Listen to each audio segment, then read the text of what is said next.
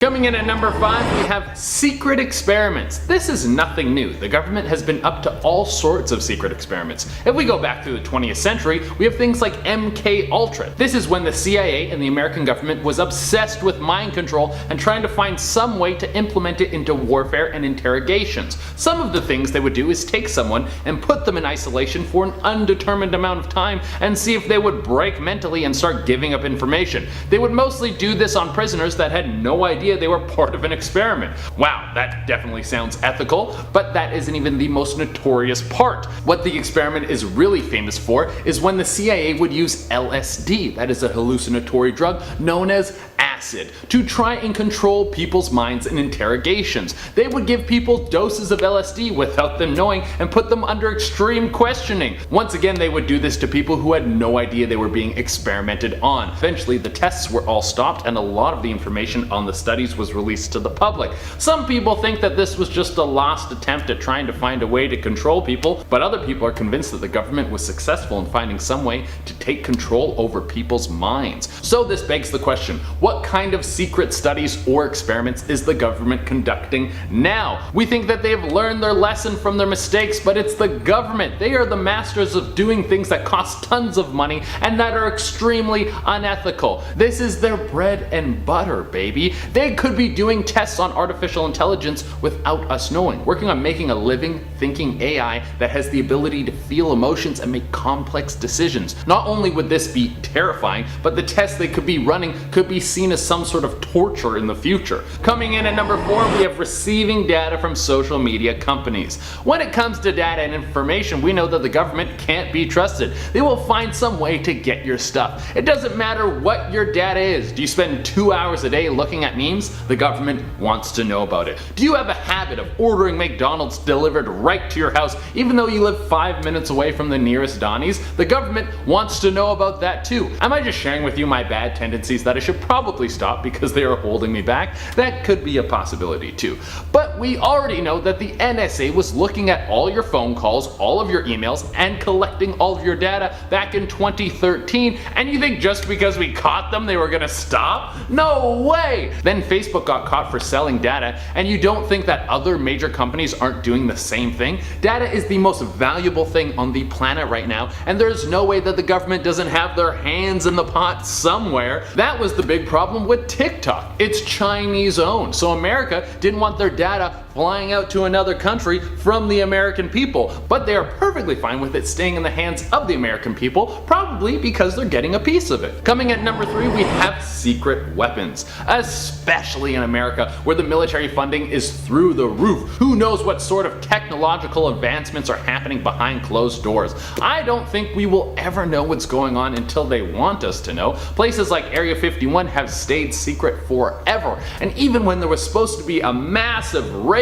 which just turned out to be a bunch of people hanging out in the desert for a good laugh, none of the secrets have leaked out. Well, not none of them. There are some people who have claimed to work at Area 51 and have leaked some secrets. Most famously is Bob Lazar. If you follow the content I'm a part of, then you will for sure have heard me talk about Bob Lazar before. He is known as the man who worked at Area 51 and then started spilling the beans about what was going on there. There's a documentary about him on Netflix, and he has been on Rogan talking about some of the stuff that he worked on. Now, Bob has never claimed to work on any sort of weaponry. He says that all the stuff he worked on had to do with flight. He was working on a new type of spaceship that can move faster than anything we could comprehend. Basically, the way he described it is these secret spaceships use what's called a gravity reactor, which bends gravity around them that lets a ship move at an insane speed. It's a form of propulsion that was thought to be impossible, and he says that it's not only possible, but it uses something called element 115 to happen.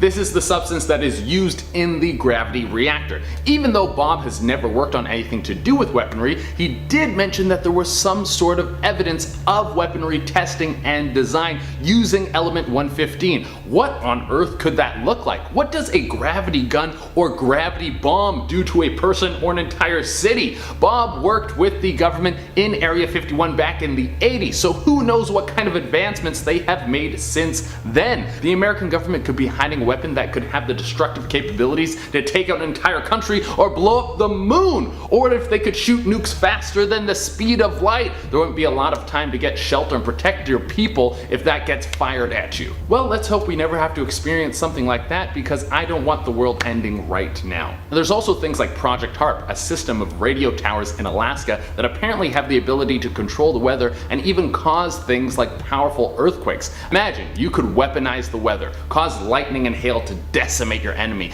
It would be like they're in the movie Geostorm. You could make the terrain too cold to fight on, or make the weather too erratic for your enemy to grow crops to feed their troops. They would quickly be bending the knee to your godlike power. There's also rumors that Project HARP has the ability to send out a low frequency signal to a large area and cause an entire population to pass out. You could incapacitate an entire city. Alright, coming in at number 2, we have aliens. I mean, we were just talking about Area 51, so it only makes sense that we talk about aliens for a little bit. The government has known about aliens for a long time, and they just started telling us. They need to open the door and let us know all the things about these little green dudes walking around, because I want to become their friend and go on a crazy space adventure. Now, if you want to go really deep, you could say that aliens are running the government, and that is why they won't spill the beans. But that's not the vibe we're going for today. What I'm going to focus on is the fact that we know the government has been hiding the truth about aliens, because they recently declassified a lot of alien files and started showing us UFOs and the fact that they are real. They even released government footage of a UFO. There was a legit flying saucer caught on camera just floating around, and no one reacted at all. Mind you, the world was kind of on fire at that point with all the protests and coronavirus, but it's still crazy and no one cared. But here's what I'm thinking. There's no way that they told us everything. There's no way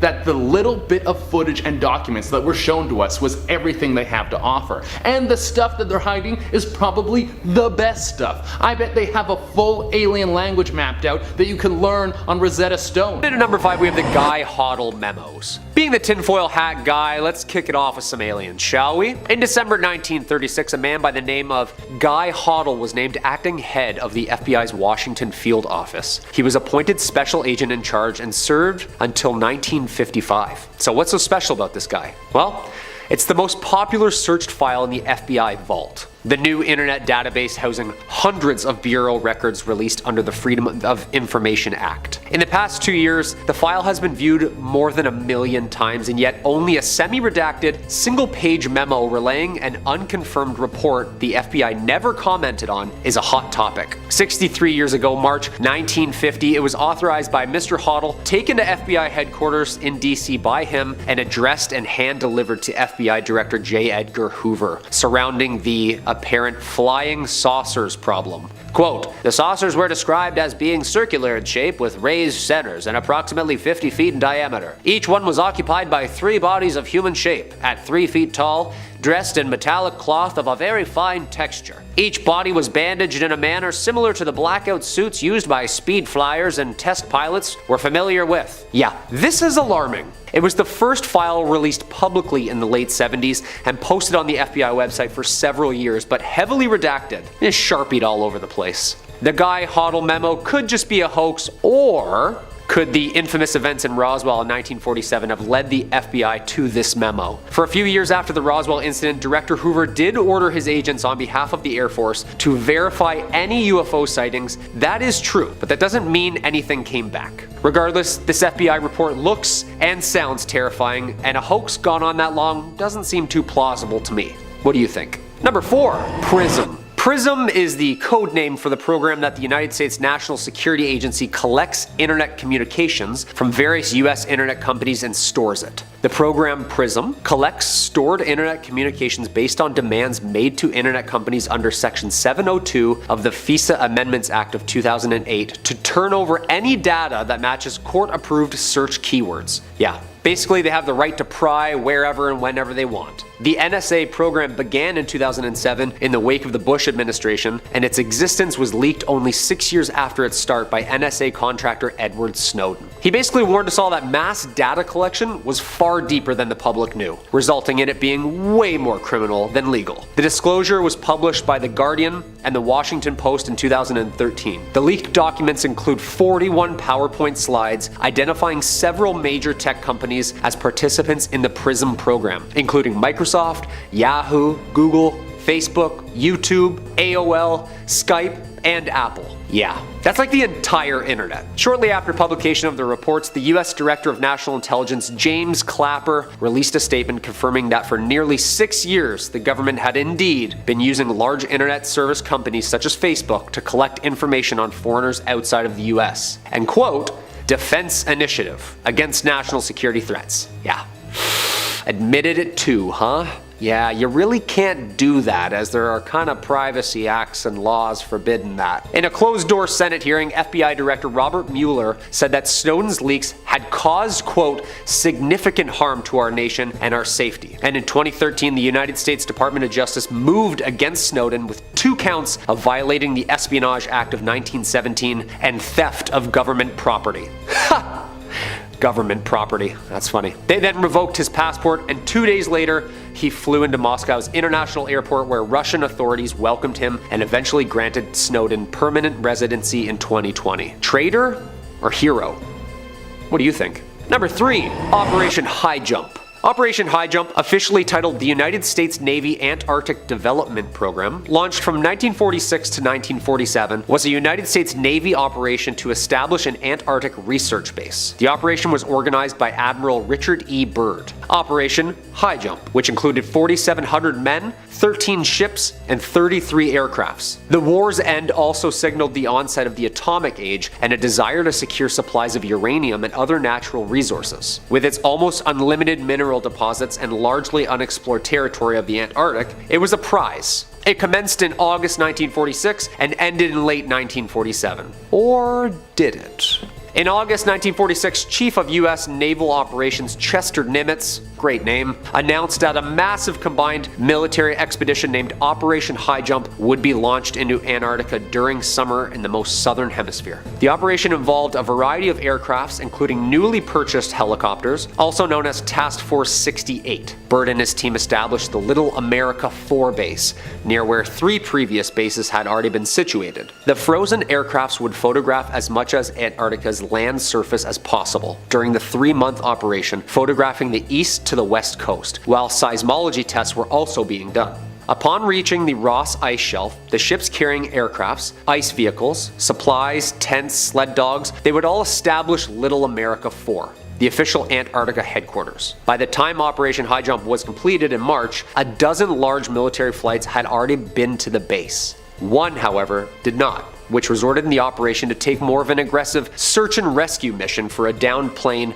and 3 lost airmen. Due to the weather, the aircraft crashed, and a search plane spotted the wreckage 13 days later. Their signal, painted on the wrecked wings, indicated that 3 of the crewmen were unfortunately dead. Since it was impossible to land in the area, messages were dropped directing the other survivors to make their way to open water about 10 miles to the north. The men successfully made the trek and were brought to Pine Island by the rescue aircraft. Other operations would follow, including the US Navy's Operation Windmill in 1947 and 1948, and eventually treaties were signed by all involved nations to ensure that Antarctica remained a non-military zone and more of a scientific hub. Number 2. Operation MK Ultra. MK Ultra was the code name of a semi-legal human experimentation program designed and undertaken by the CIA. The project was headed by Sidney Gottlieb, but began under the order of the CIA Director Alan Dulles. The experiments were intended to develop procedures and identify which substances, such as LSD, could be used in interrogations methods to weaken individuals and force confessions from them via brainwashing and psychological torture. MK Ultra used numerous methods to manipulate mental states and brain functions such as brainwashing, hypnosis, sensory deprivation, isolation, and a variety of information-seeking methods. MK Ultra was the birth and start of 2 other programs, Project Bluebird and Project Artichoke. It began in 1953 but was halted in 1973. It was organized through the CIA's Office of Scientific Intelligence and coordinated with the United States Army Biological Warfare. The program engaged in illegal activities, however, including the use of unwitting and non-consenting test subjects. MK Ultra's scope was pretty broad, with activities carried out under the guise of research at more than 80 institutions including colleges and universities. Also, hospitals, prisons, and pharmaceutical companies. Yeah, they were deep. MK Ultra was first brought to public attention in 1975 by Congress and the Commission on CIA Activities. In 1977, a Freedom of Information Act request uncovered 20,000 documents relating to MK Ultra, which led the Senate to some hearings. Yeah, I'd think so. Boston mobster James Whitey Bulger and cult leader Charles Manson were both subjects of these experiments. Interesting. And coming in at number 1, Operation Paperclip. Operation Paperclip was a secret United States intelligence program in which more than 1,600 former German SS scientists, engineers, and technicians were relocated from Germany to the US for government employment after the end of World War II, between 1945 and about 1959. But why? The primary purpose of this secret operation was US military's advantage in information against Soviets, precipitating the space race. Similarly, the Soviet Union Operation Oso Aviakum did pretty well the exact same thing, relocating more than 2,200 German specialists during one night in 1946 in secrecy. Over 2,000 Army personnel examined 5,000 German targets with high priority information and research surrounding rubber, oil, armored military, V-2 rockets, aircraft, equipment, radios, chemicals, medicine, you name it. They wanted that science. The US Joint Chiefs of Staff established the first secret recruitment program called Operation Overcast in 1945. Representatives included the Army Director of Intelligence, the Chief of Naval Intelligence, the Chief of Air Staff, and the State Department. 1945, Operation Overcast was renamed Operation Paperclip by the officers who would attach a paperclip to the folders of classified rocket knowledge whom were crucial to the Americans. President Truman officially approved Operation Paperclip and expanded it to include 1,000 German scientists under temporary limited military custody. Basically, they were now citizens if they played ball. I can see why they kept it a secret for so long. The NASA Distinguished Service Medal is the highest award bestowed by them, and after more than 2 decades of service, 4 Operation Paperclip members were awarded the medals in 1969 for their research surrounding the space race. If you're unfamiliar with the works of Annie Jacobsen, I recommend you check her out for some more information. Number 5, David Grush. If you are an UFO enthusiast at all, you have definitely heard the name David Grush lately. David Grush is a former intelligence officer. He's a US Air Force veteran with ties to UFO development and research, and he's been loudly blowing the whistle on possible UFO activity inside the US, boldly claiming that not only does the US have proof of extraterrestrial life, but that the US is storing alien crafts for their own purpose. Last week, Grush made headlines when he claimed that the US government concealed a non-human craft from Congress, and Grush is trying to make people aware of this story. He says they've got evidence of deceased agents and alien officers through crash site retrieval, explaining when you recover something that's landed or crashed, sometimes you encounter dead pilots, and believe it or not, it's true. Now, Grush claims that he never personally saw any non-human evidence himself, but knows enough people within the program to confide that it's real, saying he knew several intelligence officers involved in the crash site retrieval program. He added too that there is a decades-long competition with political adversaries to retrieve the materials from crash sites to reverse engineer the crafts for defense advantages. Now, it's an incredible claim, and if it's true, it'd be the biggest story of the century. It'd be this moment of truth. So is the truth finally coming out? Of course, Grush isn't the only person blowing the whistle lately, claiming that the US has impressive technology hidden away. An unnamed whistleblower claims that a UFO recovered by the US military is so advanced that its technology doesn't make sense at all, claiming this craft distorts space-time and that outside it's only about 30 meters wide, but inside is the size of a football stadium. Now, this story was relayed from the whistleblower to a lawyer, one Daniel Sheehan, who is a lawyer who specializes in aiding whistleblowers. There really is a guy for everything there, isn't there? Story goes is that the crash site recovery crew found this craft 30 feet embedded in the earth. They sent an agent inside and discovered that it's like the TARDIS, saying that it was much, much bigger on the inside and that he was disoriented and nauseous after stepping inside and discovering the craft was impossibly large. Wow, maybe, you know what? Alien crafts, we could use those as cheap housing, fill a lot of people inside if they're bigger on the inside. Maybe a possible solution to a housing crisis? I just solved it. you're welcome. And if you're looking for way more scary footage of UFOs, aliens, all sorts of conspiracy stuff like that, you better believe the Top 5 Scary has all of that and then some. Click on through, make sure you ring that little bell so you don't miss a single video of ours, but do that at the end of this video if you wouldn't mind, because I got 4 more Pentagon secrets coming for you right now. Number 4, Operation Paperclip. In the waning years of World War II, around 1945, the US was starting to worry they were going to need an edge against the Soviet Union in the coming future, and they wanted to take every advantage they could find for technological advancements. Also, put a little pin in that, make a note of how many times the sentence "the US wanted an edge over the Soviets in the future" comes up in this video. So they would do anything they could to get advancements, even if that meant picking some advancements from unbelievably dubious sources. This operation was called Operation Paperclip, and it was a secret United States intelligence program in which more than 1,600 German scientists, engineers, and technicians were all taken from a certain National Socialist Party in Germany that tried to take over most of Europe, if you know the one that I'm referring to. When large numbers of German scientists began to be discovered in April of 1945, the US set up a few makeshift detention centers in Paris and Frankfurt. Now, this early draft of the project was called Operation Overdraft, and the idea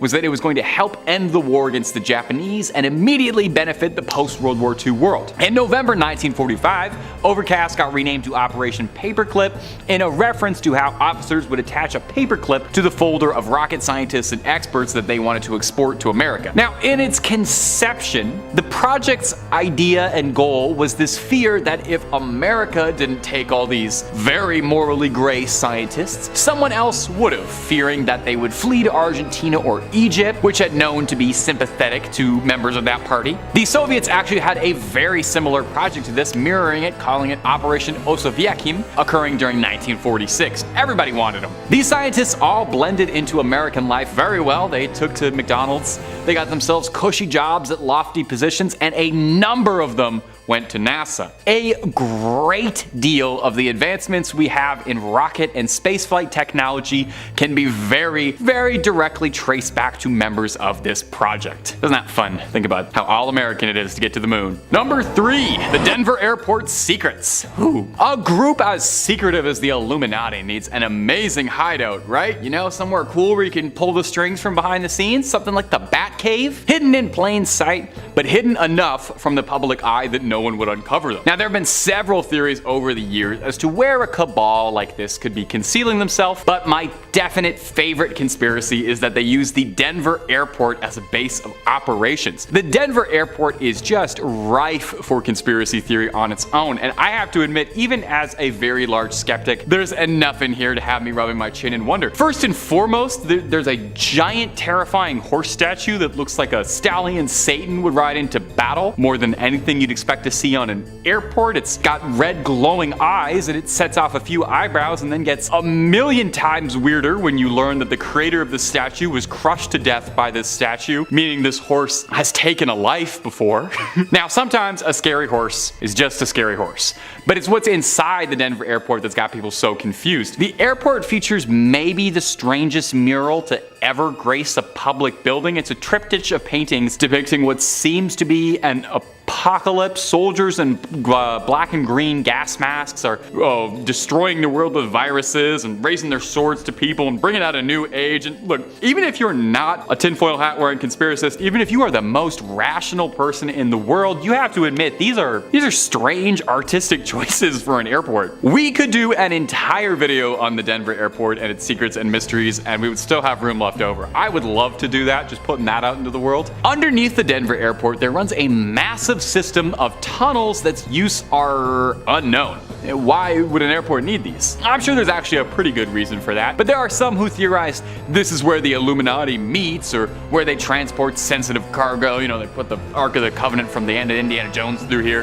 And finally, there's a seal on top of the Denver airport for a time capsule with Freemason symbols all over it, and a note indicating that one of the contributors to the construction was the New World Airport Commission, an organization that does not appear to exist. If all of this is setting off your blinking lights, it's understandable. There is a reason this building is so popular for countless conspiracy theories. But is it home to a secret shadow government? Only that horse knows, and I'm not getting near him to ask. Number 2, Project Mockingbird. A very popular conspiracy theory is that the government subliminally splices in messages in the media to influence people to get you to go see the latest live-action Disney remake. Well, what if I told you that might not be the craziest thing in the world, since the CIA tried pretty hard to do this? It was called Project Mockingbird, allegedly. A CIA program that aimed to influence and control media organizations and journalists for propaganda purposes. Allegedly. Project Mockingbird has never been officially proven, but come on. Do you really think that the CIA is going to admit? They're going to be like, yeah, we were trying to influence the media and mind control you guys all secretly. Oops, sorry, you caught us. The project allegedly began in the 1950s, at a time when the US was in a race against the Soviets in just about everything, and they weren't going to let the Russians out-propaganda them. They were going to get good old apple pie American values subliminally messaged to you. Under Project Mockingbird, the CIA allegedly sought to recruit and cultivate relationships with journalists, publishers, and media organizations, and their objective was to shape the content, tone, and direction of news coverage, making sure that it aligned with the government's values perfectly. But again, like I said, allegedly, that's a total conspiracy, and definitely not something any government would ever do to you. It is definitely known that the CIA had relationships with certain journalists and media organizations. They used methods like providing information to certain journalists, favorable treatment to sympathetic journalists, and these interactions might not have been as blatant string pulling, but they could have influenced media coverage indirectly. But again, unclear what extent was real and what is being blown out of proportion. But you know, the idea that the government could be controlling the media is pretty horrifying. But if the US government wants to pay me to get some subliminal messaging into top 5 scary videos, just give me a DM, guys. I'm totally willing to be part of the propaganda machine. And number 1, Project Stargate. When you go through records of declassified CIA programs, the things you uncover are both unbelievably shocking, so much that it almost loops around to being mundane. The CIA has done so many insane real things that it makes conspiracies about the CIA seem kind of subdued. You know, you hear about the CIA trying to turn cats into listening devices. That sounds like a joke. That was real. Have you heard of Project Stargate? Well, let me enlighten you. It was a top secret CIA project that aimed to investigate the potential of psychic super soldiers to train US soldiers to be able to see things outside their mind or kill targets using their psychic abilities. They tried to do stranger things. They tried to make a little 11. The program was inspired by reports that the Soviet Union was conducting research in psychic phenomena. And wow, well, come on. You don't want to be the only secret intelligence agency on the block that doesn't have psychic super soldiers. You'll look ridiculous. So the CIA sought out individuals who had purported psychic abilities. These people were called remote viewers, and the trainers would conduct experiments where these remote viewers would make claims about targets in separate rooms, and then an analyst would analyze how accurate they were. This is a real thing the US government was funding. The CIA and Department of Defense were signing the checks on this program. They really believed in this until they didn't, because over time they noticed a concerning lack of results. The CIA eventually decided to defund the project and declassify the documents, where it became a subject of mass fascination, I think, from people finding out that at one point the government was using tax dollars to try and fund psychic super soldiers, and that's not the plot of an 80s like Paul Verhoeven movie. That's a real thing that happened. It was, however, the direct inspiration for the plot of The Men Who Stare at Goats, which is a super underrated kind of Coen Brothers-esque indie movie starring Ewan McGregor. Could not recommend that enough, but even that does not do justice for how crazy real CIA programs are. Look them up on your own time, please.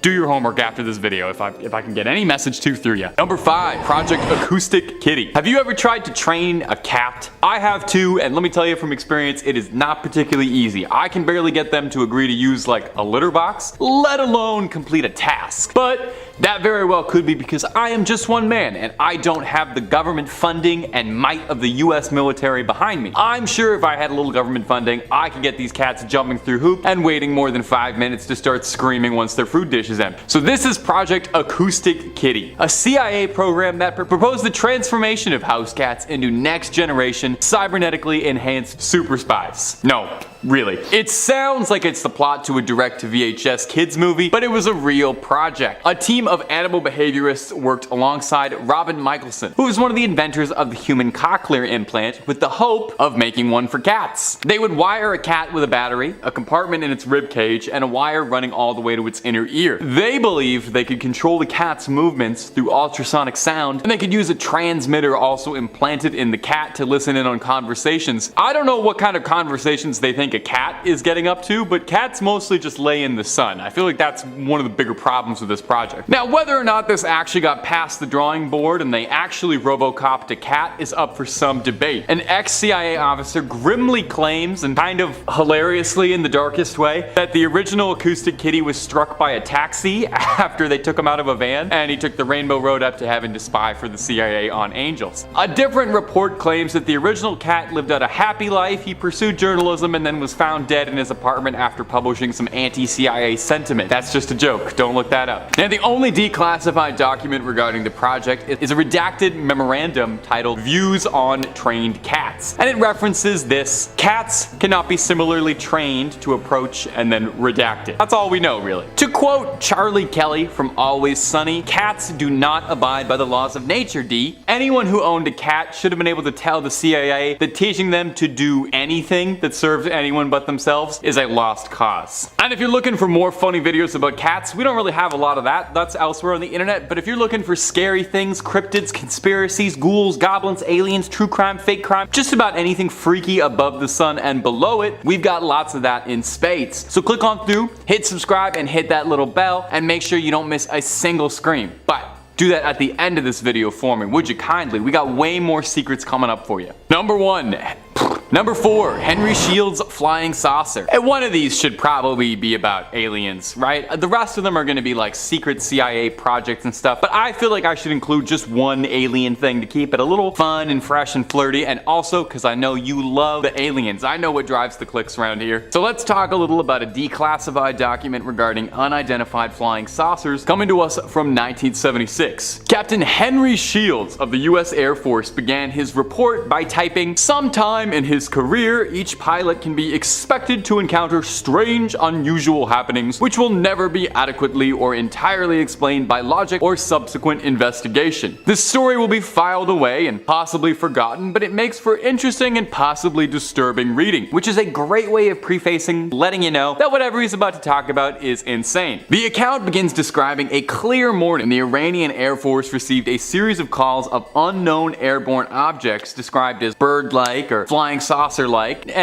or like a brightly lit helicopter. Now, nothing should have been in the airspace at the time, and so an F-4 fighter jet was dispatched. As the plane followed, it made contact with a flying saucer-like object, and they lost all communications with ground control until they moved away from this strange object. They sent a second F-4 fighter after it, but that also experienced a power loss when it tried to fire at it, as if there was some sort of like tech field, some EMP field blocking them. The crews reported they saw something detach from the saucer and fly towards the plane at top speed, but luckily was avoided. Now, it's unclear what happened, but the saucer escaped, and the crews of the planes reported seeing something land from the UFO, lighting up an area of the lake. They investigated at a nearby residence where the owners claimed they heard loud noises and very bright lights. So what was it? What was it they encountered then? It was far too early for this to be any sort of drone technology, really, and there's not really many other options for me to say. I think it was an alien, and who am I to say that that's not true? Number 3, Operation Paperclip. Oh, this one's a doozy. In the waning years of World War II, around 1945, the US was beginning to worry that they needed an edge against the Soviet Union in the coming future, and wanted to take every single advantage they could find at their disposal for advancements in technology, even if that meant picking up from some seriously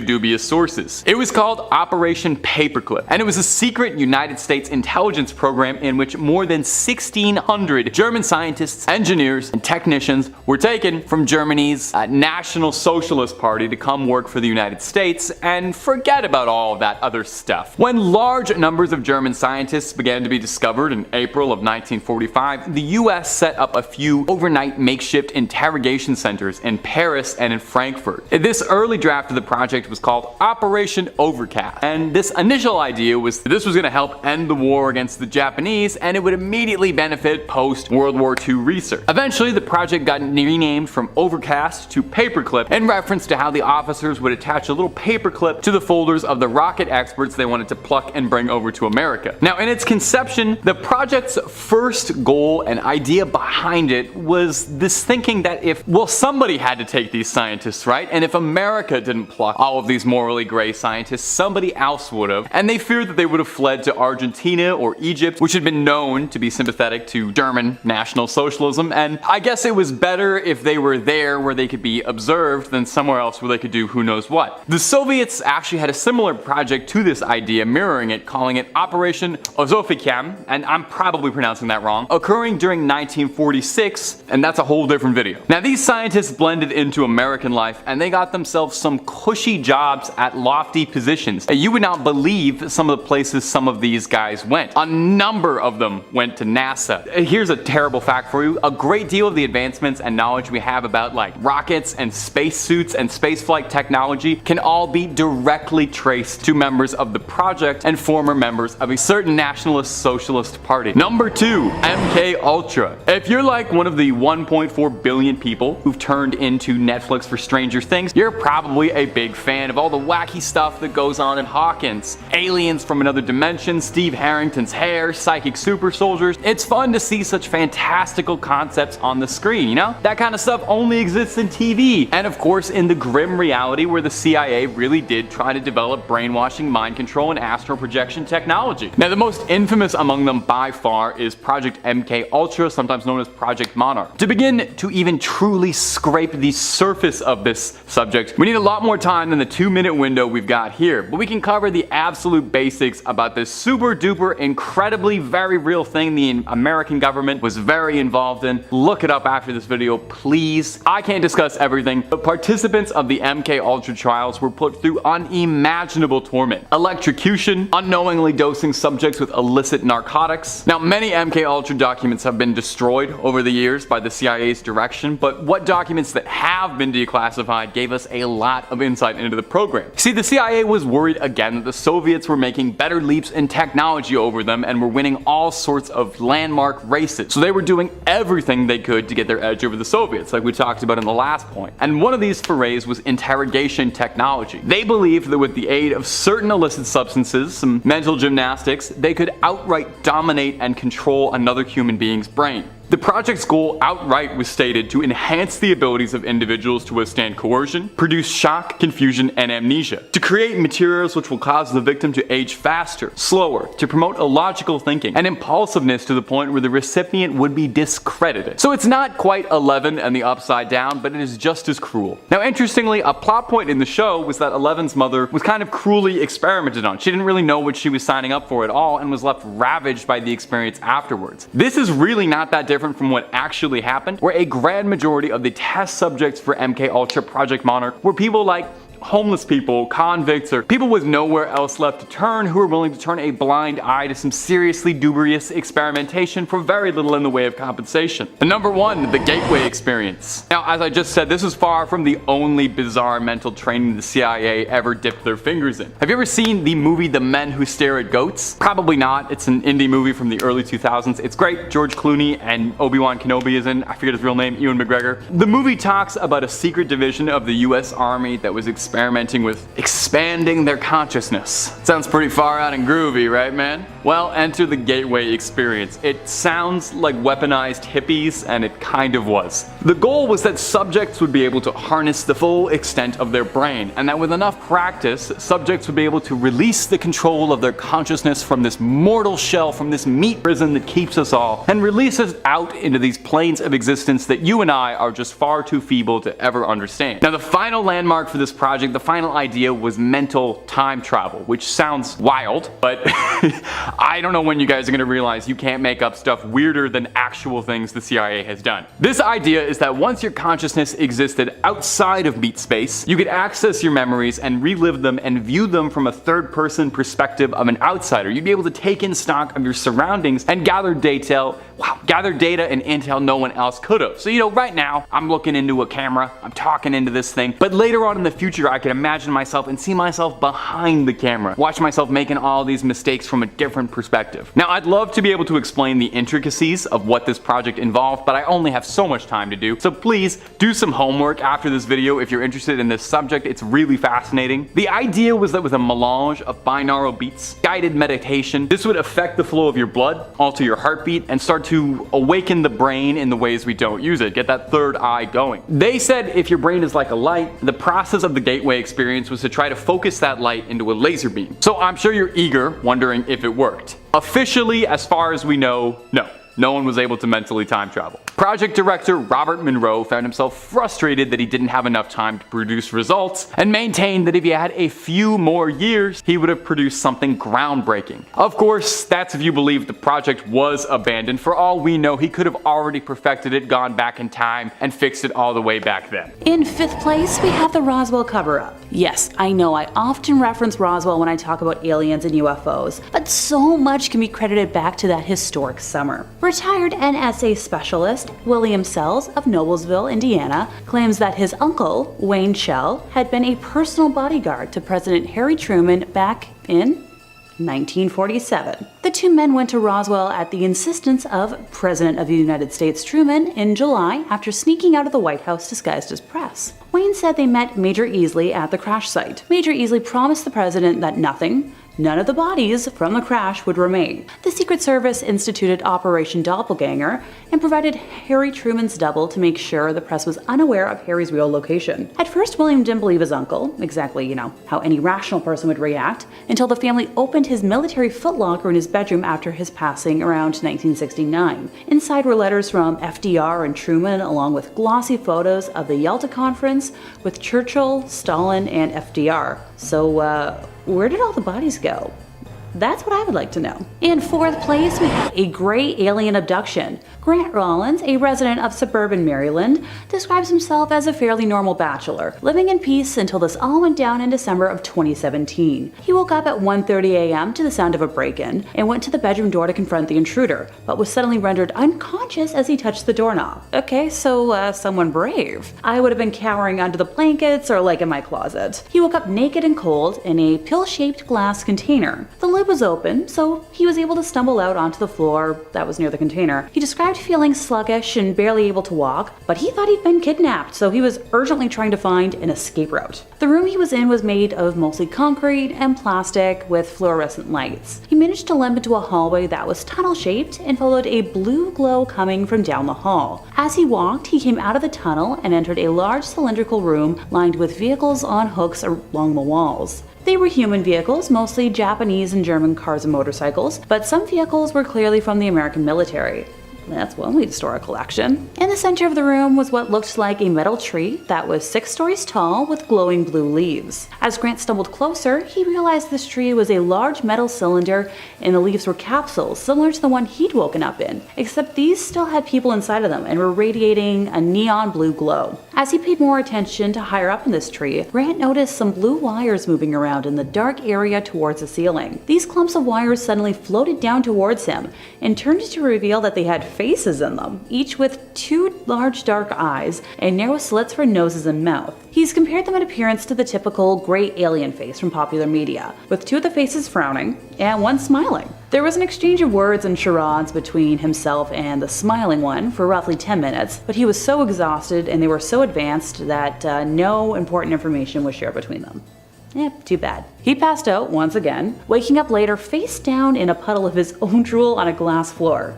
Gross. He was too tired to get up and was barely able to tilt his head up, just enough to take a look around. The room was apparently circular, about 150 square feet in size, and a bright, sterile white color. One of the tentacled creatures was in the room, but was busy facing away and operating a set of strange controls with no buttons or levers. Out of exhaustion, Grant's head fell back down, and through the glass floor saw that they had risen out of a deep black hole that was dug into a grassy field, where a rock-shaped lid closed around the hole to cover it. This is when he realized he was in a spacecraft, and had actually been in a silo of some sort that's here on Earth. Grant passed out for the last time, and was awoken by the sensation of being dropped onto his bed with a hard thud. He checked his phone for the time and saw that it was 6:30 in the morning. Later that day, he found an object that had been inserted and cauterized into his right leg, and experienced a run-in with some men in black suits within 4 days of the abduction. Grant claims that he never believed in abductions or UFOs or men in black, any of that. But now he doesn't have a choice in the matter, and is annoyed that there's no official place to get legitimate information or help on the subject. I'm hoping that after talking about this, I don't see any men in black on my way home today. In third place, we have an Air Force landing cover-up.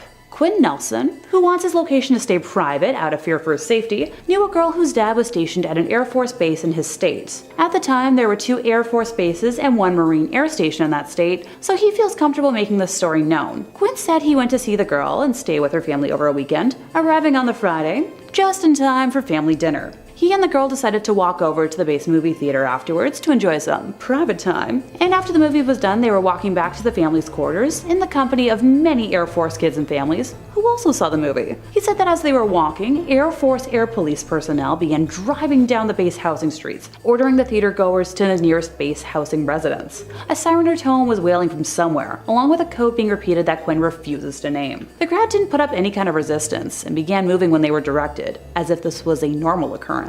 Something Quinn observed as being weird to him, but hey, he wasn't going to be the only one to put up a fuss. When the group he was walking with arrived at a house, his girlfriend, without knocking, pushed the door open and they all walked in. Quinn said the members of the household were pulling the window drapes closed, sending out folding chairs, offering water, acting like this was a planned gathering instead of some random occurrence. Around an hour or so later, the air police again went up and down the streets, giving the all clear, and somewhere the same siren or tone was sounding. Later that night, his girlfriend's family told him that he must never tell anyone about what had happened on the base, saying that this is what happens when UFOs would land on base property or nearby, something that was apparently very common on Air Force bases. Anyone want to let me know in the comments section if that's true?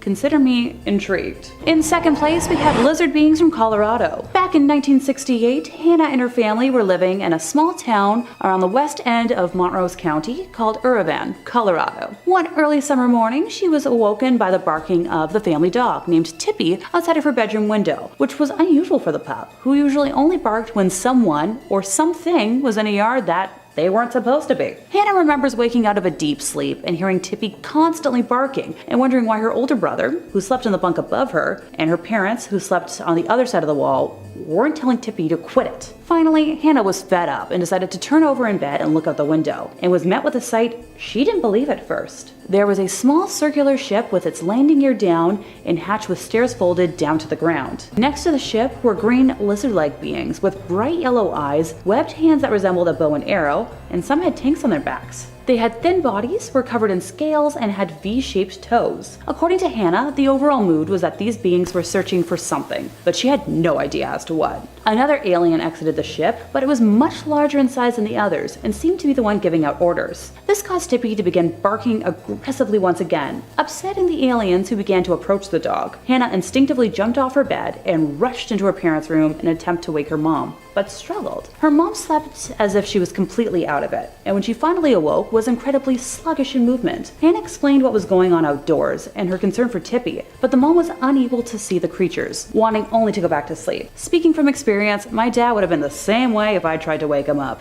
Trust me. Hannah's mom eventually told her to sleep away from the window, and before she fell back to sleep, she remembered seeing 2 of the lizard beings looking in her room through the window, and no longer hearing any noise from Tippy. When morning came, Hannah rushed outdoors in her PJs to check on the beloved pet, and Tippy was waiting around like nothing had happened. The occurrence was never discussed between Hannah and her mom again until shortly before her mom's passing in 2016, when she asked Hannah if she remembered seeing the lizard people and their ship back in the yard in Colorado. Creepy. In first place, we have the Voronezhsky abduction. I tried. I promise I tried. 34-year-old Vladimir and his 29-year-old wife Olga were at home with their 1.5-year-old son Arthur and their daughters Vanessa and Angelica. Olga had asked their daughters to run an errand, and while returning home, both girls saw an unusual object in the sky, so they rushed home and told their family that they had seen a flying star. Olga told them that it had most likely been a satellite or a plane, but the girls objected and explained that the object had been round, with strange white, yellow, and red flashing lights around its perimeter. Both girls then drew a picture of what they had seen, and despite the fact that they went to different rooms to sketch, both drawings were very similar. The girls then insisted that their parents go outside to look at the sky. Olga and Vladimir saw a distant hovering object in the sky that seemed to move and change shapes. Olga managed to take a photo of the object with her cell phone, but the photo only showed a yellow spot or elongated strip with a black background. The family went back inside, had supper, and went to bed. And while I would love to end this here, y'all know better about how this is about to go. Around 2 a.m., Vladimir suddenly awoke and saw that the whole room was lit by a whitish violet light and tried to wake Olga, who refused to wake up, so he went back to sleep. And seeing as it was 2 in the morning, I would have done the same. The bright lights woke up their youngest daughter, Angelica, who ran to wake her mother. Olga then woke up, saw what the other two had seen, and woke Vladimir back up. He was amazed to see that the ceiling of the room had apparently disappeared or had become totally transparent. Right over them, instead of the ceiling, they could see the open sky and a huge disc-shaped craft hovering right above. Vladimir and Olga ran outside their home, still in their PJs, and could see a hovering disc-shaped UFO emitting the strong lights around 100 feet away. Olga began floating, zooming upwards in a spiral motion, and when Vladimir tried grabbing her legs, he discovered he couldn't control his body. Olga described feeling nauseous, unable to control her body as well. In a state of shock, the couple found themselves teleported inside a room with transparent walls and no furniture. Moments later, the duo witnessed 12 entities enter. The humanoids were short, around 4 feet tall. They had 3 fingers on each hand and large heads with smooth gray skin. Vladimir didn't notice any mouths, noses, or ears on them, but noticed their large, black, pupilless eyes. The entities had no visible legs and were moving around like caterpillars. They wore a completely sealed, tight-fitting coverall with masks and hoods that covered their bodies. Only one of the aliens was taller from the rest, easily over 6 feet tall, and stood behind the other small humanoids, with his face not being visible under his outfit. The short entities approached Olga first, placing her in a deep armchair that resembled a gynecologist's chair, prompting Vladimir, who was now unfrozen, to attempt to rush towards her when he ran into an invisible wall or force field. 2 of the aliens approached him, and he asked what was going on, and they reassured him telepathically that you will soon be back home. Vladimir rightfully became angry and attempted to push the aliens away, but was thwarted by more entities grabbing him in an attempt to restrain him. The aliens asked him why he resisted, staring straight into his eyes each time they communicated telepathically, before inserting 4 metal rods into his chest area, paralyzing him completely. So from that moment on, he was unable to move and could only stand there helplessly and watch the aliens experiment on Olga. Somehow, they were able to cut into her stomach without her noticing or using any kind of known surgical instruments. She sensed the smell of her inner organs, feeling unpleasant, but no pain, only tranquility and relaxation. Modern human medicine could apparently stand to learn a thing or two. The aliens seemed to be taking samples from her body and organs, and apparently were now using different instruments to study the organs inside her abdomen. Olga was only able to describe one that looked like a pair of pincers and had 3 clamps. After the strange procedures, the aliens closed and sewed up her stomach. Now, before the abduction, Olga had been bothered by stomach pains, and after the abduction, she never suffered from them ever again. The smaller humanoids respectfully called the taller humanoid by a word that Vladimir has loosely translated as the professor, who explained to Vladimir that their society was like a huge ant colony. After Vladimir was brought in front of the professor, he asked the entity why they had taken him and his wife, with the taller being answering that it had to be done. Both witnesses understood that having such feelings was the central interest of the aliens. The tall alien said, "We do not understand you. Why haven't you, intelligent animals, destroyed yourselves yet? How can you survive with your emotions?" He said that there was a space war going on at this time in the universe, and that the entity that you call God has implanted much information to Earth and into the waters of it. Those who are against God want that information destroyed. If the Earth is going to be destroyed, the Son of God would arrive to Earth again and will restore everything living in it. Through the transparent surface of the cabin, the duo could see planet Earth approaching and felt that their spacecraft was slowing down. The couple was then returned back to Earth the very same way they were abducted. First in the smaller module, and then this large disc-shaped craft, and then through the roof of their home inside a beam of light.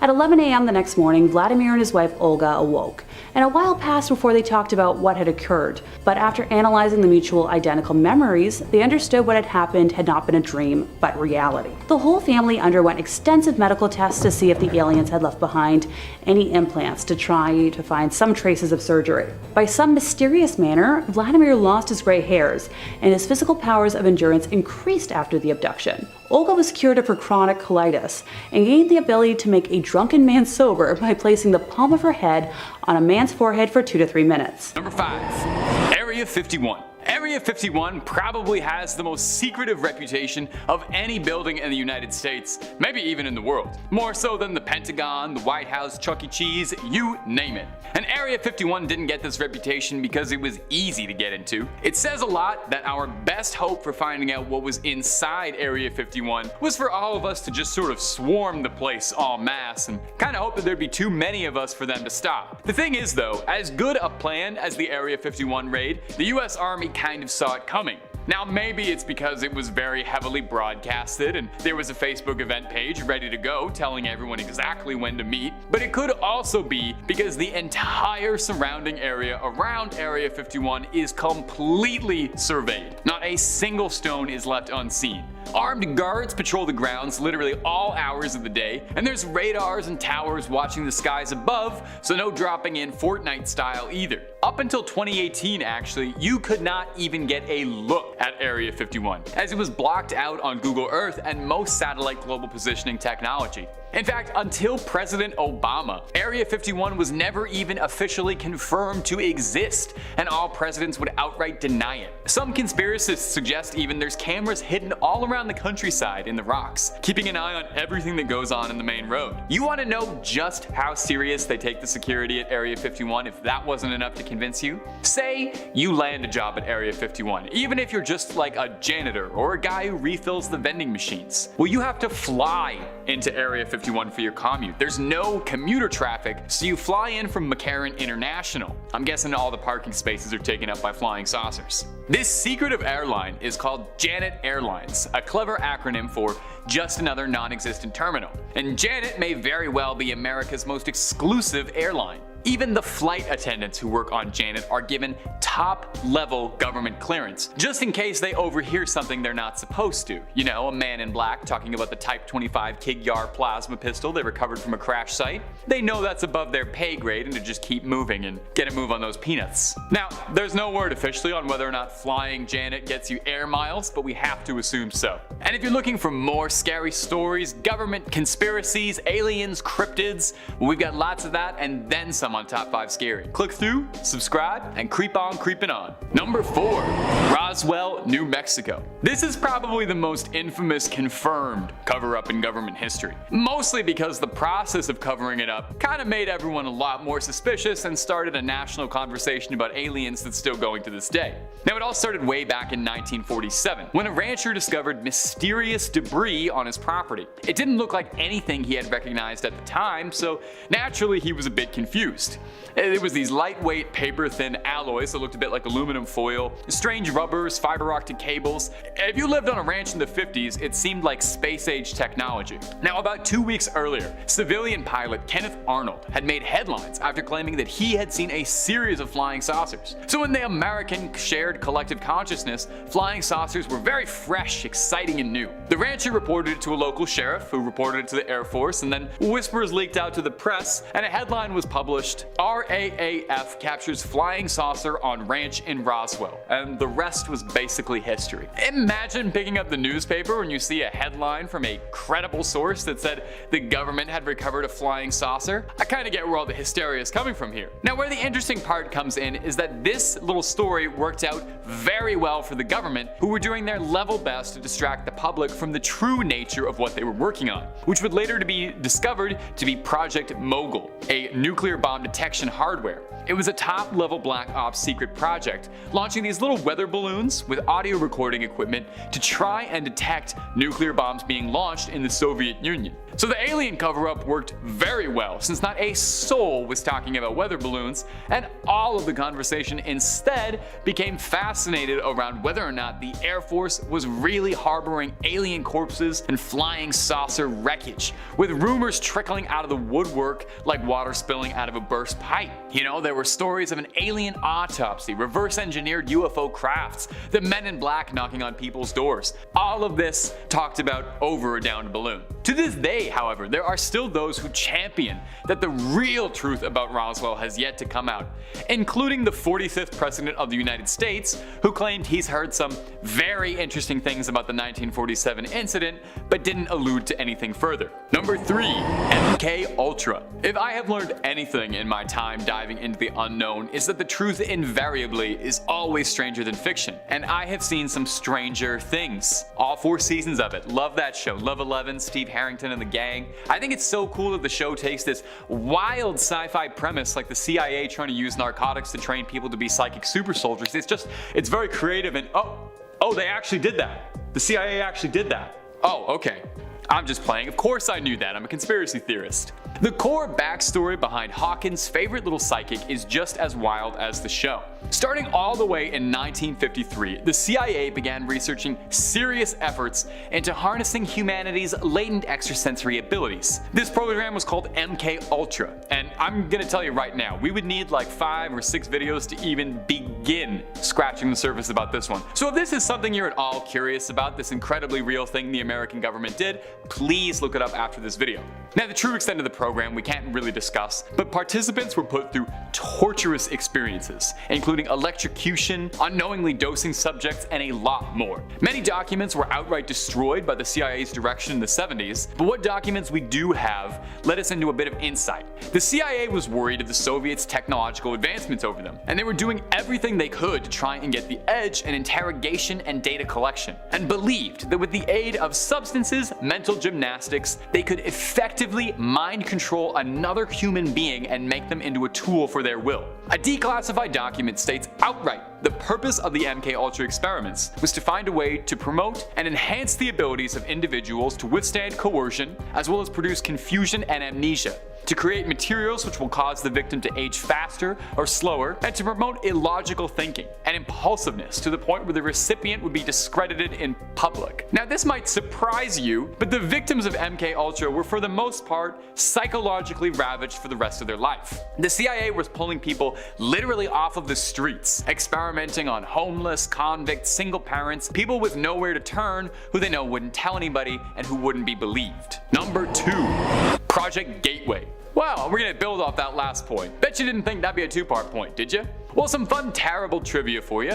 MK Ultra was far from the only CIA bit of mind control and parapsychological program they were researching. And these are just the ones we know about for certain. A good skeptic knows there's probably way more we don't know about. So, mind control and being able to make a subject impressionable was one thing, but like I said, it was far from the only sensory research project. Let's talk a bit about Project Gateway. This was the CIA's attempt to harness the full extent of the brain. You've probably heard that old adage that you only use 10% of it. This was them trying to use 100, with the hopes that with enough practice, subjects would be able to release their consciousness outside of their physical body and astrally project, with the ultimate goal being full-scale mental time travel, allowing the consciousness to exist beyond the physical realm and access mental memories, experience them from a third-person perspective. If successful, subjects would theoretically be able to relive their own memories, take stock of their surroundings in new ways, and gather intel no one could have. It sounds completely made up and sci-fi. It sounds like the plot of The Men Who Stare at Goats, except that we have got it fairly documented as a real thing. Now, it's very complicated stuff, and not easy to parse into an 11-minute video, but if you want a very quick layman's idea on the experiment, the thinking was that a combination of binaural beats, intensive meditation sessions would affect the flow of the heartbeat and blood flow of the brain and would start to awaken it. There was a line in this document that says, if your brain is like a light, the process of Project Gateway was to try and convert that light into a highly focused laser beam. So did it work? Did we have psychic super soldiers? Well, officially, no. The Project director found himself frustrated that he wasn't given enough time to produce any truly impressive results from Project Gateway, but maintained that he felt if he had a few more years of solid work and very promising candidates, he could have attained his dreams of separating somebody's body from their consciousness and releasing it into the world. Now officially, Project Gateway was disbanded, but we're on number 2 on this list, so I sincerely hope by now you've realized that there is a lot more they're not telling you. Number 1. Project Blue Book. So, Area 51, Roswell, officially, those are government conspiracies about aliens that the government outright denies. They would never actually devote any of their money and research to something as silly as aliens, right? Of course not. Unless you're an avid UFO conspiracist and you're already very aware of Project Blue Book, the Air Force program to assess and analyze the possible threat of UFOs and flying saucers. The project officially began in 1952 and was terminated in 1969. Blue Book had 2 main goals as the driving force behind it. Number 1, confirm first and foremost if UFOs, UAPs, flying saucers, whatever you want to call it, if they were a threat to American security. Number 2, scientifically analyze all UFO data to ascertain their origins. In nearly 2 decades of Project Blue Book's operation, there were over 12,618 reports filed and written,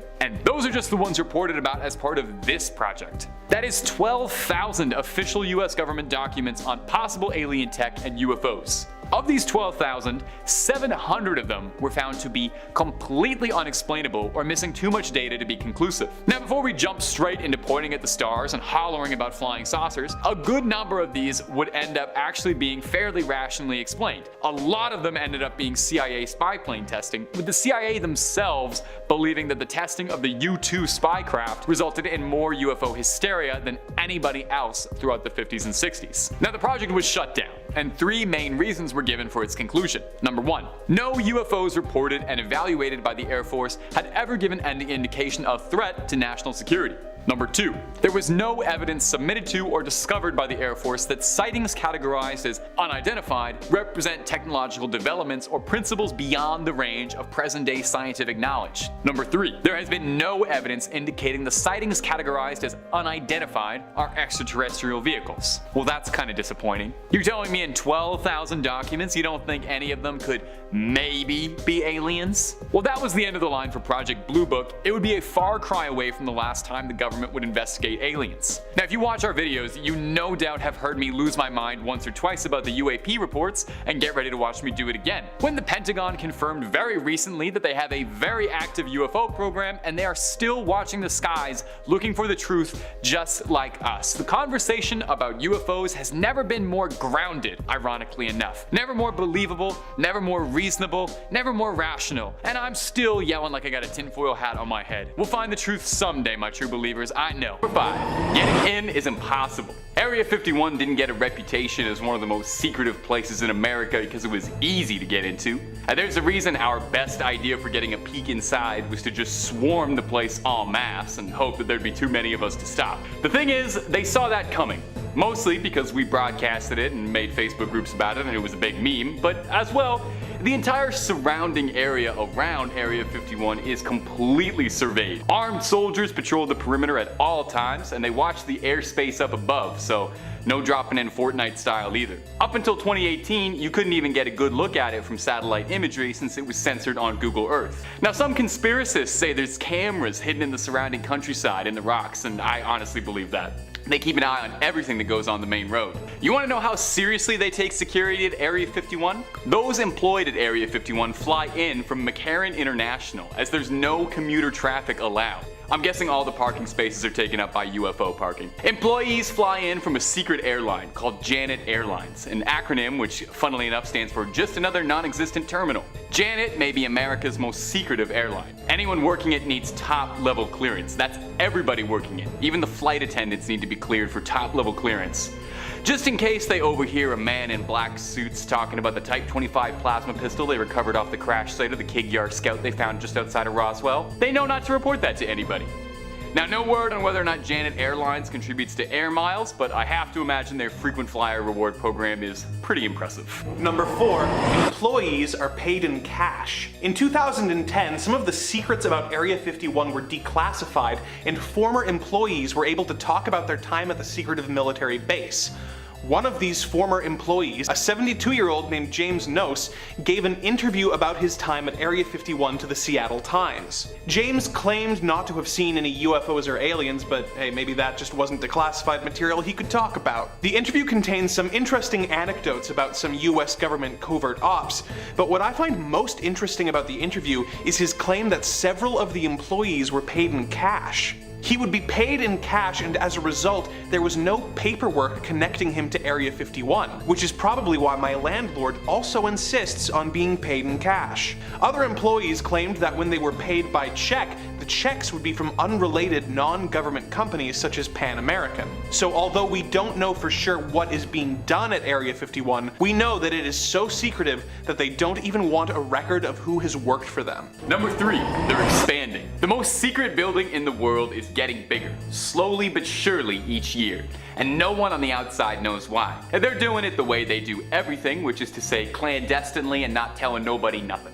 They've been expanding the area surrounding the base, buying up swaths of land to assimilate inside of it. From what can be observed, new hangars and new runways are being built, but again, it's impossible to ascertain what for because everything revolving around this building is top level clearance, so we only have wild mass guessing to go on. Obviously they're building more hangars because they're collecting more UFOs. I mean, what else could it really be? I'm a guy on a YouTube channel, I'm a trusted news source. They hit a bed of a snag in 2015 when the mass of land they were swallowing up was owned by a family who'd held the land for the past century.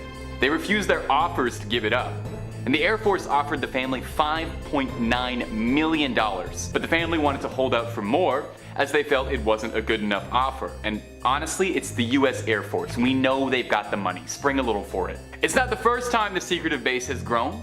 When it was first established in 1955, it was a little over 6 by 10 miles. But these days, the base has become so large, it's now 4,500 square miles across. Area 51 is getting big enough to be its own state. It's bigger than Rhode Island, Connecticut, and Delaware, the 3 best states. I can't tell you what they're doing or what they need all that space for, but it does keep me awake wondering. Number 2, there is a presidential declaration exempting them from turning over classified materials. In the United States, an organization can be forced to disclose classified information for a variety of reasons. As an example, if the Environmental Protection Agency believes that an organization is disposing of toxic waste in a way that goes against local hazardous laws, they can order that organization to turn over relevant materials, classified or not, in order to aid in the EPA's investigation. On September 29, 1995, President Bill Clinton signed a presidential determination exempting Area 51 from these laws. As Clinton stated in his determination, "I find that it is in the paramount interest of the United States to exempt the United States Air Force's operating location near Groom Lake, Nevada, from any applicable requirement for the disclosure to unauthorized persons of classified information concerning that operating location. Therefore, pursuant to 42 U.S.C., I hereby exempt the Air Force's operating location near Groom Lake, Nevada from any federal, state, interstate, or local provision respecting control and abatement of solid waste or hazardous waste disposal that would require the disclosure of classified information concerning that operating location to any unauthorized person." This determination has to be renewed by the president every year, and we know for a fact that the next president, George W. Bush, chose to uphold and renew it, making this a rare example of bipartisanship. They cover up a lot. Now look, this whole video we've been talking about everything they cover up, but it goes so much deeper than you know. You might think working at Area 51 would be your way into learning all the secrets the base has to offer. Pick up a broom, sweep something up, learn about the aliens. But you might be saddened to know even those with top-level clearance are still kept in the dark on just about everything. In the 90s, there was a bit of a controversy when several lower-level Area 51 workers tried to file a suit against Area 51 because exposure to the black site's hazardous materials was making them sick. Apparently, the base would have stacks of discarded equipment, scraps, and hazardous waste left around in open trenches the size of football fields, and then to dispose of them, workers would cover them in jet fuel and light it on fire, leading to toxic smoke blowing all throughout the base. Definitely sounds very safe. This smog was affectionately nicknamed London fog by the workers in between bouts of coughing fits. Several workers came down with skin conditions or respiratory conditions from their time working the black site. But where things get curious is that they don't even know what was being burned around them. And when the workers tried to file their lawsuit, the base refused to clarify or even acknowledge what had been burned.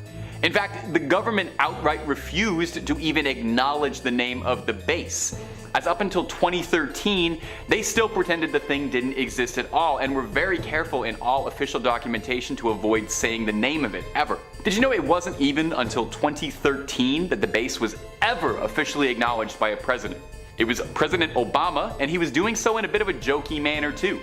The government only acknowledged the workers after their lawyer had provided them with satellite photos of the base acquired from a dubious source. Whatever was being burned there was pretty serious stuff. I mean, we can only speculate.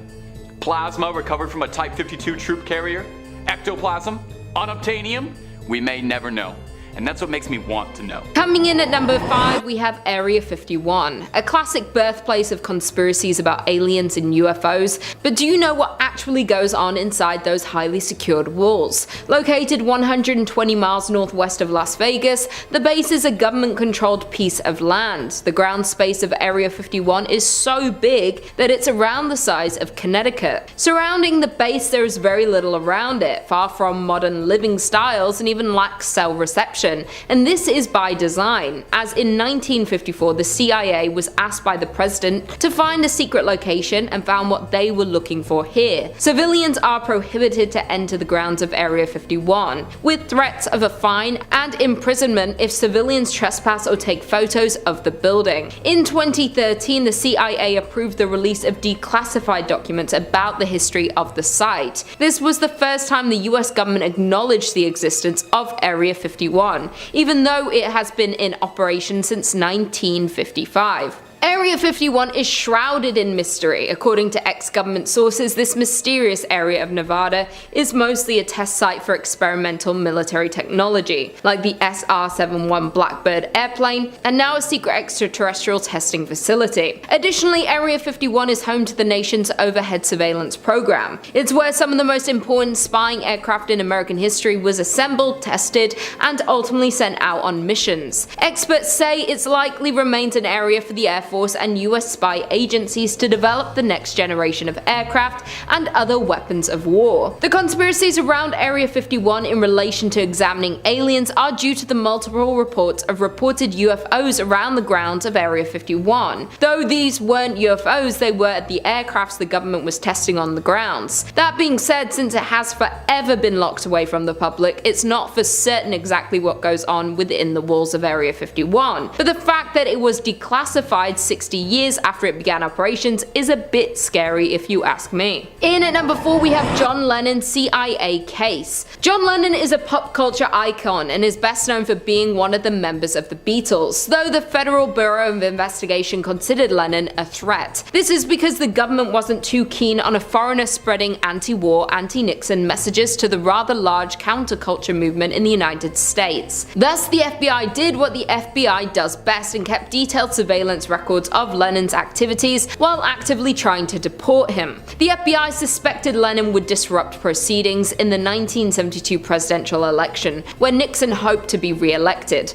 with a planned tour complete with voter registration efforts and anti-war protests. To help stop him, the Immigration and Nationalization Service, which would later be absorbed into the Department of Homeland Security, began deportation proceedings against Lennon. It appears that their preemptive efforts worked. Lennon never did the tour and Nixon was re-elected. It took 14 years for the FBI to release their files on John Lennon. Historian John Wiener spent those years fighting to gain access to the FBI's secret files on John Lennon. At first, the FBI refused to release many of the documents, saying their release would endanger national security. Wiener's Freedom of Information case went all the way to the Supreme Court before the FBI agreed to settle. In those files, it seems that their biggest concern was Lennon's association with radical anti-war activities. and his ability to influence voters to vote against the Nixon administration in the coming election. Therefore, the CIA led to the conclusion that his visa should be terminated in the interest of national security. John didn't go down without a fight though and fought this claim with lawyers. When that didn't work, the CIA tried to deport Lennon, this time by catching him for narcotics,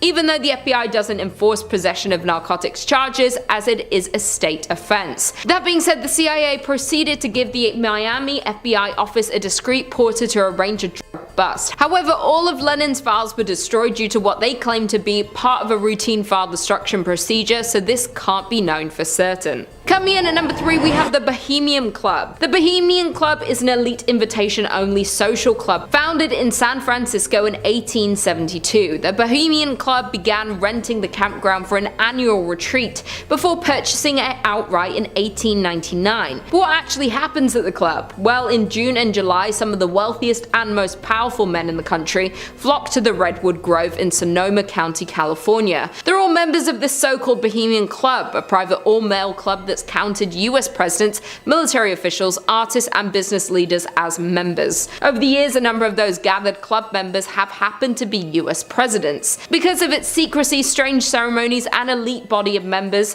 the Bohemian Club has long been the subject of sinister online rumors, with a number of journalists trying to infiltrate the campground just to try and get a glimpse of what actually goes on in the camp. The journalist Alex Shumatov was caught and detained for trespassing. Filmmaker Alex Jones had more success with his infiltration in 2000, where he entered the camp with a hidden camera. Jones was able to capture a ceremony called the Cremation of the Care. During the ceremony, members were seen wearing costumes and cremating a coffin before a 40-foot owl. While the reported Philip Weiss snuck into the Bohemian Grove in 1987 and spent a few days mingling with the rich and powerful. A former dining server described the club as a place where the elite could engage in behavior that doesn't usually fly for people of their stature in the regular world. In the 21st century, the Bohemian Club maintained its reputation for being highly exclusive, with a predominantly Caucasian membership composed of the richest and often most politically conservative men in the United States. Coming in at number 2, we have Walt Disney working for the FBI. Who would have thought that the founder of Mickey Mouse and the Disney Empire served as an FBI informant? From 1940 until his death in 1966, Walt Disney secretly served in the FBI. Walt Disney served as a secret informer for the Los Angeles office of the Federal Bureau of Investigation. According to documents that have come to light about this secret arrangement, Disney was tasked with reporting on the activities of Hollywood actors, writers, producers, directors, technicians,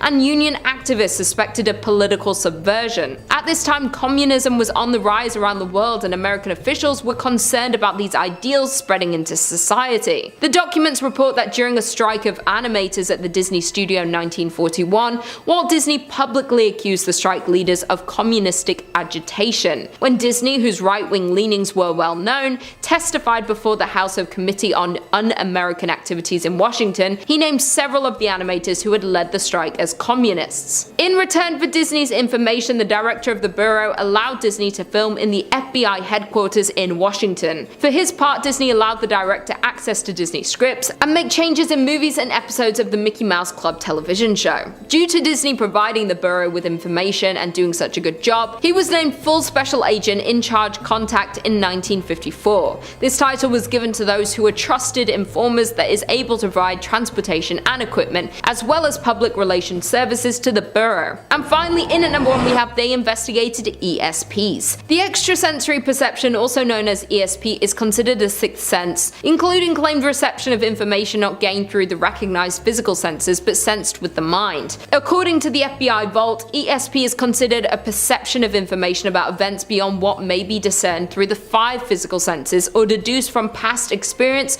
or knowledge. The FBI's interest in ESP goes back to 1957, when the bureau was contacted by a man called Foose, who claimed that he could teach the blind to see. While CIA was not impressed by the tricks of Foose, it wouldn't be the end of the agency's or the FBI's interest in psychic and paranormal phenomena. From there, the FBI once spent time and money investigating affecting extrasensory perception. There has also been reports of experimenting with ways to weaponize people with ESP. This was a highly secret program during the 1970s by the government that took place in research labs in California. The Bureau attempted to look at the phenomenon from a rational and logical viewpoint, using cold hard science and math much like the CIA and DIA later would, in their attempt to construct a laboratory test to objectively measure psychic phenomena. The results of the laboratory tests that they held remain unknown, as the files were excluded from the FBI's release. Considering the interest of the Army and CIA in the FBI's psychic research, whatever their results were likely helped justify the future course of the intelligence community's research into psychic perception. Based on concerns ESP could be used as part of an international spying, the FBI spent more than 3 years looking into the phenomenon before they concluded there was no scientific support for their concerns.